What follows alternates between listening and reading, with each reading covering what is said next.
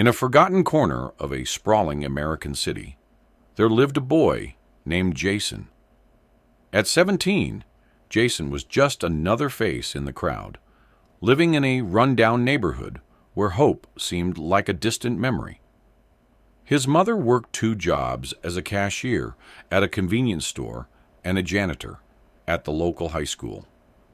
His father, a former factory worker, had vanished years ago, leaving only an empty chair at the dinner table. Jason was a quiet kid. He kept to himself at school, avoided trouble, and helped out around the house as much as he could. But there was a constant restlessness inside him, a feeling like he was meant for something more than the grim cycle of poverty that surrounded him. He spent his afternoons in the skate park or wandering the cracked sidewalks of his neighborhood, thinking about his future and how little of it he could see. One autumn evening, when the days were growing shorter and the air had a bite to it, Jason was skating through an alley when he ran into a group of older boys he recognized from around the block. They were always around, leaning against storefronts, smoking, watching everyone who passed by. He knew them by reputation. They called themselves the Rooks. It was said that the Rooks ran everything from petty theft to drug deals in the neighborhood. Jason had always kept his distance, knowing they were trouble. But that night, one of them, a guy named Danny, called out to him. "Hey, Jay," Danny shouted, his voice echoing off the brick walls. "Come over here for a second." Jason hesitated. He had heard enough to know that getting involved with the Rooks was a bad idea.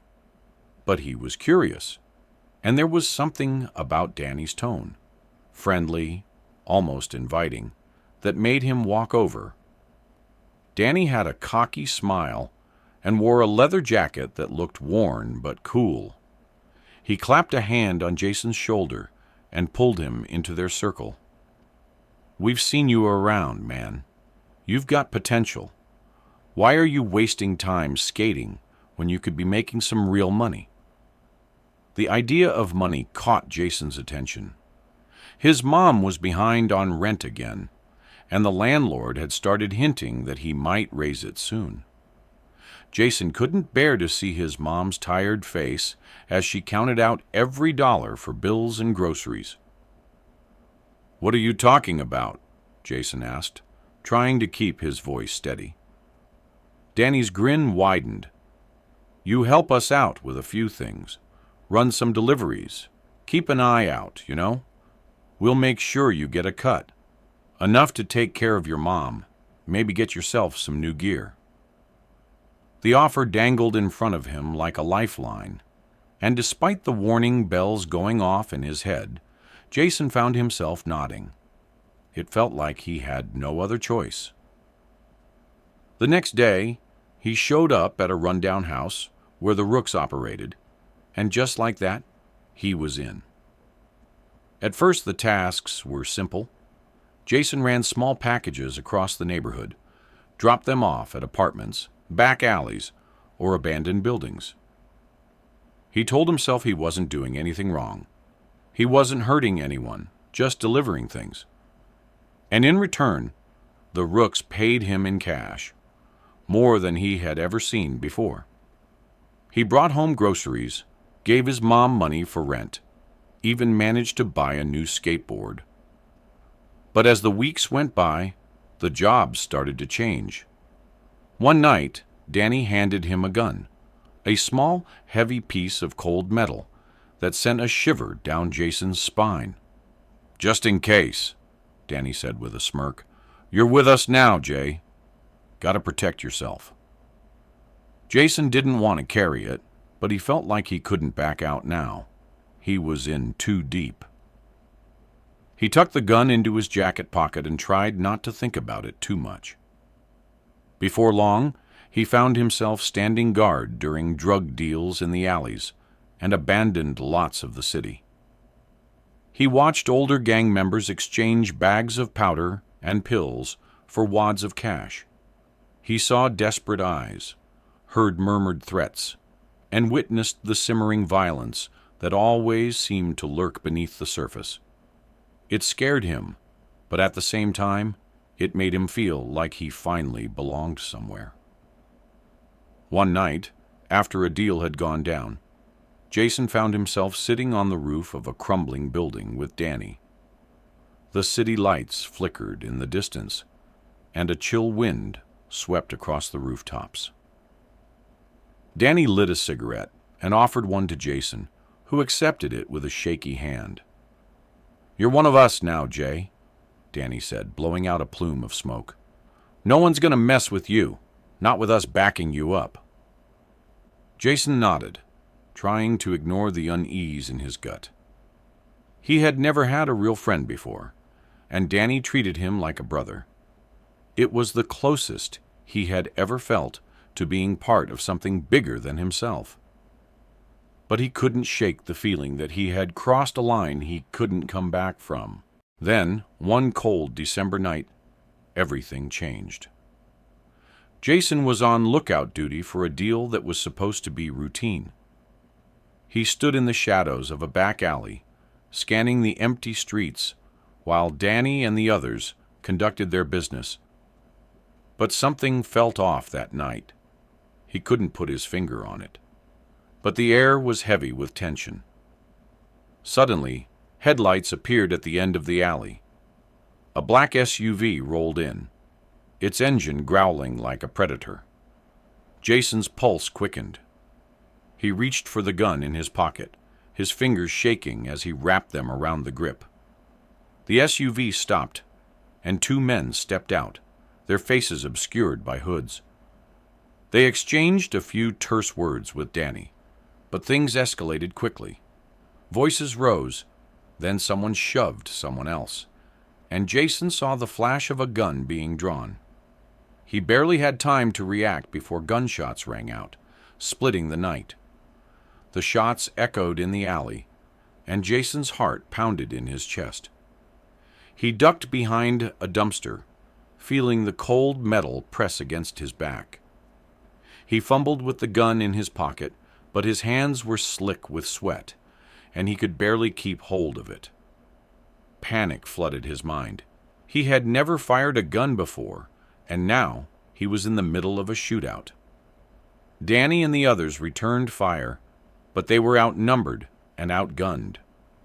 Jason peeked out from behind the dumpster, just in time to see Danny go down, clutching his chest, blood seeping through his fingers.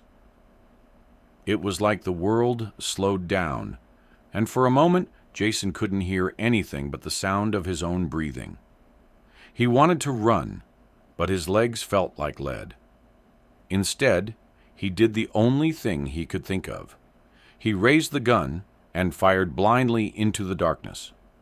The recoil shocked him, making his hands sting, but he kept pulling the trigger until the gun clicked empty.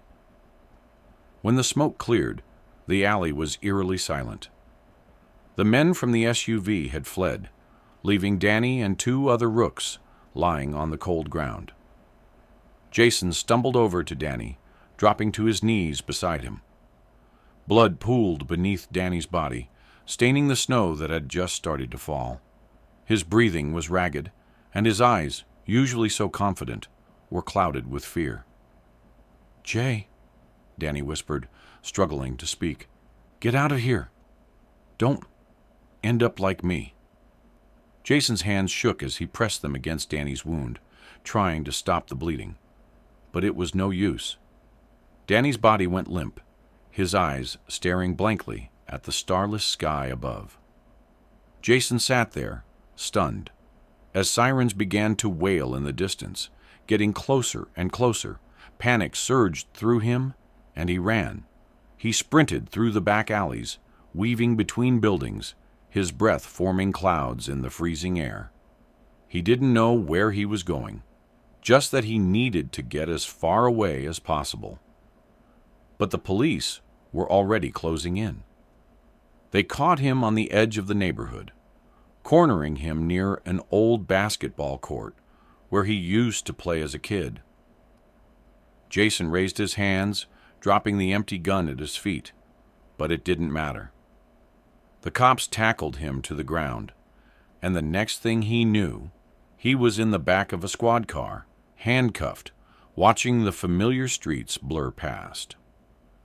As they drove, Jason thought about his mother, about how she would get a knock on the door and learn that her son was caught up in gang violence.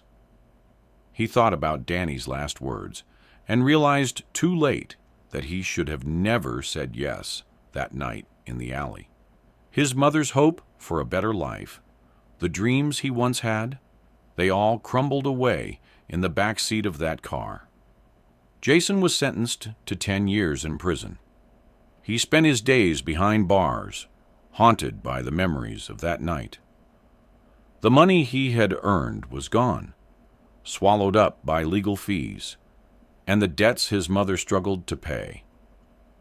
And every night, as he lay on his thin prison mattress, he thought about how he had traded everything, his freedom, his future, his humanity, for the false promise of belonging.